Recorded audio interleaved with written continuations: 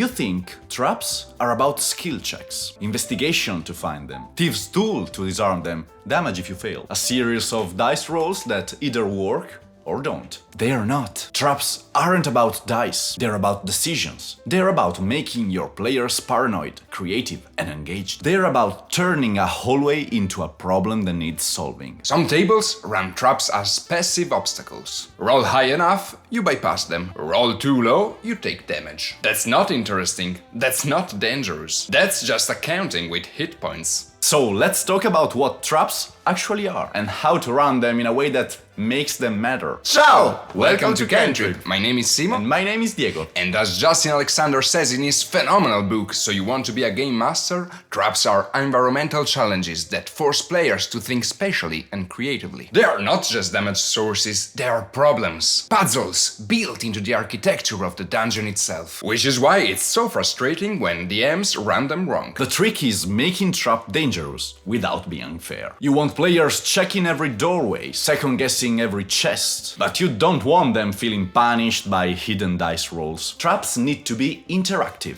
They need structure. That structure breaks down into 3 stages: finding the trap, triggering the trap, and dealing with the trap. Each stage gives players opportunities to make choices. That's what makes traps work.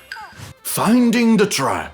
Players need to actively search. This is not passive perception. Passive perception is for noticing things in passing, a shadow moving in the corner, the faint smell of a smoke, distant voices. Finding a trap requires intent. I'm checking the door for traps, I'm examining the floor. They declare they're searching, and then you call for investigation. If you're running 10-minute turn in your dungeon, something we've talked about before and we'll dive deeper into in a future video, players can spend an entire turn searching a room for traps. That's the cost. Time. Every turn spent searching is a turn where something else might go wrong. Players can also find traps through creativity. Pouring water on the floor to reveal cracks or seams? Let them. Using a 10-foot pole to prod the ground ahead? Absolutely. If a player comes up with a clever, non-magical solution, don't make them roll. Just let it work. That kind of problem solving is exactly what you want to encourage. If players aren't actively searching but you're feeling merciful, you can give them clues. A perception check might reveal scorch marks on the walls, or an arrow embedded in the stone, or floor tiles that are suspiciously cleaner than everything else in this dusty ruin. These are hints, red flags. Not you found the trap, but something is wrong here. If they ignore the clues and don't search, they are probably going to... triggering the trap. Traps have triggers. 2 main types: proximity and action. Proximity triggers are things like pressure plates, tripwires, magical sensors. The trap that activates when someone gets close. Way we handle this: when a character moves through a trapped area, we roll 1d4. On a 1, the trap triggers. We roll for each character individually, which gets especially fun when the party is moving single file through a narrow corridor. That's tension. That's the fear that any step could be the wrong one. If you're using 10-minute turns and the party is moving as a group, you roll once for everyone. 1 die, 1 chance. Brutal. We love it. The second type, action triggers, are traps that activate when you perform a specific action. Opening a chest, picking up an item, looting a corpse. These are often tied to greed, which makes them perfect. Your players see a gemstone on a pedestal and every instinct screams, trap! But they want that gem. They take the risk. That's player choice under pressure.